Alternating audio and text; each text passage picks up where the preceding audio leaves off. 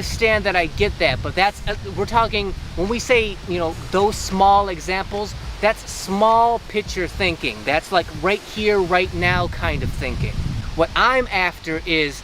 building your fundamental base as deep and as wide, broad as possible, so that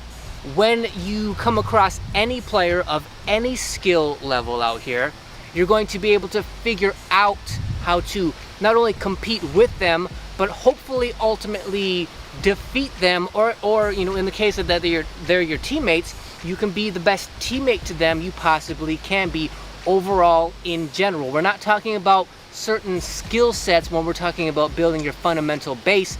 You know, it's not going to matter how deep from 3 you can shoot if that's all you can do, if that's all your game hinges on. But by building the deepest, broadest base you can in terms of fundamentals,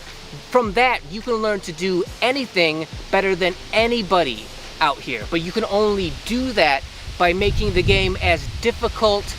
as possible up front, so that later on, when you're learning the more difficult, the more advanced